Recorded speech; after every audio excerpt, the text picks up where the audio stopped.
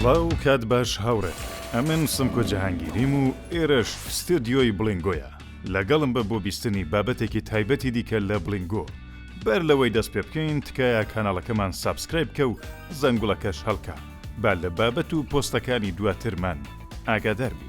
راپۆرتێکی ساڵانە هەیە سەبارەت بە شادترین وڵاتانی دنیا پێڕستێکی پۆڵەن بەندیکرا و کە نیشان دەدات کام وڵات شادترین و خۆشبژێوترین خەڵکی هەیە. لە ساڵی 2012 هەموو ساڵێک ئەم راپۆرتە بڵاو دەبێتەوە. World Happiness Report راپۆرتی جیهانی شادی 156 وڵات بە پێی شاد و دڵخۆشبوونی خەڵکەکەیان پۆلێنبەندی دەکات کە لە چەند ساڵی ڕابردوودا زۆرتر وڵاتانی ئیسکاندیناوی لە سەرووی وڵاتانی تردا بوو. لە ساڵی 2018 تا ئەمساڵ فینلاند لە پلەی یەکەمدا بووە. 3 ساڵ دانمارک و سوئێد و نۆروێژیش هەر کامیان جارێک. واتە یان لە نێو ئەم چەند وڵاتەدا دەستا و دەست بووە یان لانیکەم زۆربەی کات یەکێک لەم وڵاتانە لە پلەکانی سەرەتاییدا بوو. بابزانین چ ڕازێک لە پششادی ئەو وڵاتانەدا هەیە. بۆچی فینلاند شادترین وڵاتە؟ بۆچی ئەم راپۆرتە تا ئەو ڕادەیە گرنگ و سرنجڕاکێشە؟ لە کەنجێرا ئەم هەڵسەنگاندنە هێندە مهم بووە. پێشتر چ پێوەرهایەک بۆ نیشاندانی شادی و گەشەی وڵاتان هەبووە. تا ساڵی 2012 GDP یان بەرهەمی پوختەنەکراوی ناوەکیان چاولێ دەکرد و بە پێی ئەو گەشەکردنی وڵاتەکانیان هەڵدەسەنگاند و بە پێی داراییەکانیان پۆلێنبەندی دەکران. باسگەلێکیشی لەسەر بوو کە ئایا ئەوە شتێکی دروستە و کەسانێکیش پێیان وابوو کە بە پێی دارایی وڵاتەکان ناکرێ بڵێن کە شارۆمەندانیان لە شادیدان. بۆ وێنە وڵاتانێک کە لە ڕێگەی فرۆشتنی چەک دارایی بەدەستدێنن کوا دەتوانین بڵین کە خەڵکەکەشیان لە ئاسوودەیی و خۆشبژێویدایە و بارودۆخێکی خۆشیان هەیە. ئاوا بوو کە راپۆرتی جیهانی شادی سازکرا و بوو بەهۆی ئەوەی کە وڵاتانی دنیا بۆ بەدەستهێنانی پلەی شادی کارگەلێک بکەن. بۆ وێنە ئیمارات وەزیری شادی هێنا سەرکار نیوزلند پلانهایەکی تایبەت بۆ خۆشبژێوی داڕشت و بەم شێوەیە لەسەر سیاسەتی وڵاتەکان کاریگەری دانا. پرسیارێک ئەوەیە کە شادی شارۆمەندانی ناوچەی ئیسکاندیناوی دەگەڕێتەوە بۆ سەر سیستەمی نەسەڵاتداری یان ئەوەی کە لە مێژوو و کولتور و شێوازی ژیانیاندا شتێک هەیە کە ئاوا دڵخۆش و شاد بن. کامیان کاریگەری زۆرتری هەبووە؟ ئایا دەکرێ وەکو سەرمەشقێک بۆ خۆمان داینین؟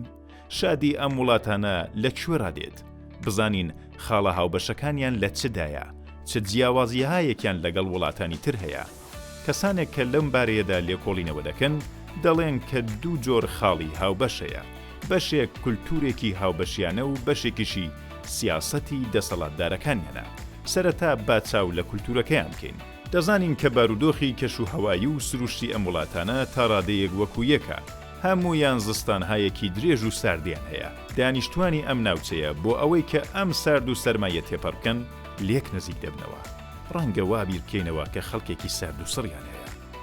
سێ چەمکی کۆمەڵایەتی و شێوازی ژیانی خەڵکانی ئیسکاندیناوی هەیە کە لەو چەند ساڵانەدا لە دنیادا باسی دەکەن و خەڵکی لێوەردەگرن. سیسو وەکو چەمکێکی فینلاندی، هێڤگا وەکو دیاردەیەکی دانمارکی و فریلوفتسیلو لە کولتوری نۆروێژیەکان. ئەگەر لە دانمارکێک بپرسن هێڤگاچیە دەڵێت وابیرکەوە کە زستانە و سارد و سەربایە، تاریکی و شەو و چوونە دەر ئەستەمە.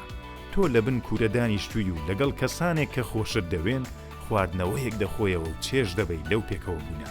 ئەو کاتە ئێوە هێڤگە دەکەن و زۆر بەخۆشی و گەرم و گوڕی دانیشتون و دڵتان خۆشە. چەمکە فینلاندیەکەی کە باسمان کرد سیسو بوو. سیسو بەشێکە لە پێناسە و شوناسی فینلاند و دەگەڕێتەوە بۆ سەردەمی شەڕی رووسیا بۆ سەر ئەم وڵاتە. مانای وشەکەی تاقەتهێنان لە بارودۆخێکی ئەستەم و دوژواردایە. کاتێک کە هەموو شتێک دژ بە ئێوەیە و دەبێ بە خۆراگریەکی زۆرەوە بەرگری بکەی بەوە دەڵێن سیسو. چەمکی نۆروێژیەکە فریلوفتسیلو یعنی کات بەسەربردن لە سروشدا، پیاسەکردن، گەشت و گوزار لە سروشدا، ماسی گرتن، شتانێکی هاوشێوە. ئەو سێ چەمکە جا هەر کات یەکێک لە وڵاتانە لە پلەکانی سەرەوەی ئەو پۆلێنبەندیەدا بێ یەک لەم چەمکانەوە دەبێت و دێتە سەر زمانان. بۆ وێنە دەڵێن ڕازی شادی فینلاندیەکان سیسوویە. کلیلەی ژیانی خۆشی دانمارکیەکان هێڤگەیە. شتایەکی زۆر دروست نین بەڵام زانیاری لەبارەیاندا خۆشە. کوتمان سیاسەت و شێوەی حکومڕانی. دەسەڵاتدارەکانیش ڕەنگە هۆکارێکی دیکە بن بۆ خۆشگوزەرانی ئەم وڵاتە. بابزانین کە دەسەڵاتدارەکان چ کارهایەک دەکەن کە ئەم خەڵکە هێندە دڵیان خۆشە. لە وڵاتانەدا بڕێک خاڵی هاوبەشی سیاسی هەیە بۆ وێنە چالاکیەکانی پەیوەندیدار بە پشتگیریە کۆمەڵایەتیەکان. زۆر کەس پێی وایە کە ئاسایشێک کە هەیەە بۆتە هۆی دڵخۆشی ئەم خەڵکە و وا هەست دەکەن کە لە کاتی پێویستدا دەوڵەت پشتگیریان لێ دەکات و لە ئیسکاندیناوی دەسەڵاتی خۆشبژێوی خەڵکە. کارگەلێک وەکو بیمەی بێکاری و پلانهایەک کە بۆ پاڵپشتی لە منداڵانیان هەیە کاتێک کە دایک و بابیان بێکار دەبێ و گوشاری ئابووری خەڵک تا ڕادەیەک زۆر کەم دەکاتەوە و ئاوایە کە خەڵک تا بڵێ دڵیان خۆشە. شتێکی سەرنجڕاکێش کە لە راپۆرتی 2020 داهات بوو و ڕازی شادی ئەو وڵاتانی ئاشکرا دەکرد ئەوە بوو کە خەڵک باوەڕ و متمانەیەکی زۆریان بە یەکتر و دەوڵەتەکەیان هەیە و ئەم تایبەتمەندیە لە کاتی قەیراندا زۆر یارمەتیان دەدات و کاریگەری دادەنێت لەسەر دڵخۆشی خەڵکەکان. خاڵێکی ترکە لە پۆلێنبەندی راپۆرتەکەدا هەیە ئەوەیە کە پێڕستەکە وەکو پێڕستی دەوڵەمەندی وڵاتەکان نییە. بەو مانایە کە دارایی زۆرتر واتە GDP زۆرتر دەزانین کەوا نییە و ئەوە نابێتە هۆی شادبوونی خەڵک. بۆ وێنە لە راپۆرتی ساڵی 2010دا ئەمریکا لە پلەی 18دایە و چینیش لە پلەی 86دایە. بە پێی GDP ئەمریکا و چین لەسەرەوەن، بەڵام بۆیە بە پێی لێکدانەوەکان لەم دوو وڵاتەدا نابەرابەری و ناکۆکی چینە کۆمەڵایەتیەکان زۆرە و ئەوەش لەسەر ناڕەزامەندی شارۆمەندەکان کاریگەری دادەنێت. ئەوە کە چەند لە پێگەی کۆمەڵایەتی و ئابوووریەکان ڕازی بن و ڕەنگە هەڵسەنگاندن لەگەڵ ئەوانی دی پێوەرێک بێت بۆ شادی. واتە شتێک کە ئێمە دڵخۆش دەکات دارایی نییە و لە وڵاتانەی کە نابەرابەری کەمتر بێت ڕەزامەندی لە ژیان زۆرترە. باوەڕێکی تر هەیە کە ئەویش هەردەگەڕێتەوە سەر بەرابەری و یەکسانی، بەڵام بەرابەری فەرهەنگیە. لە نۆروێژ چەمکێکەیە بە نێوبانتە شتێک وەکو یاسا، بەڵام یاساژ نییە، نەریتێکی کۆمەڵایەتیە. دەدێڕە کە بە کورتی پێت دەڵێت کە نابێ وا هەست پێی کەسێکی تایبەتی بە تایبەت لە بواری ماڵیدا، ئەوەی کە بڵێ لەوانی تر سەرتری و سەرکەوتوتری. نەریتێکە کە دەڵێت دەبێ خۆمان لەگەڵ ئەوانی تر وەکو یەک ببینین، تەنانەت کاتێک کە تواناییشمان زیاتر بێت.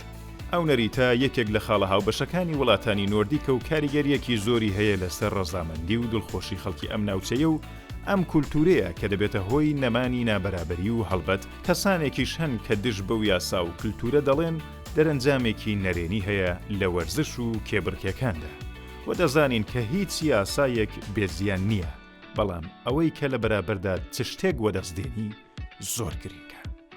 ڕای ئێوە چییە؟ بەڕای ئێوە هۆی پێشکەوتنی ئەو وڵاتانە لە چ شتێکی دیکەدایە کە ئێمە باسمان لێ نەکرد؟ ئێمە چۆن دەتوانین ببینە خەڵکێکی شاتر لە وڵاتی خۆماندا؟ لە نێو کۆمنتەکاندا بۆمان بنووسن.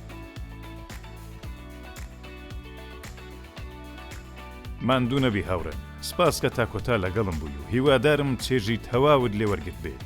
ئەگەر یەکەم جارە کاناڵی ئێمە دەبینی تکایە سابسکرایبمان بکە و زەنگوڵەکەش هەڵکە. ئەگەریش هاوڕێی کۆنی تکایە لایکمان بکە و بۆمان بنووسە سەبارەت بەچی پۆستت بۆ ئامادە بکەین.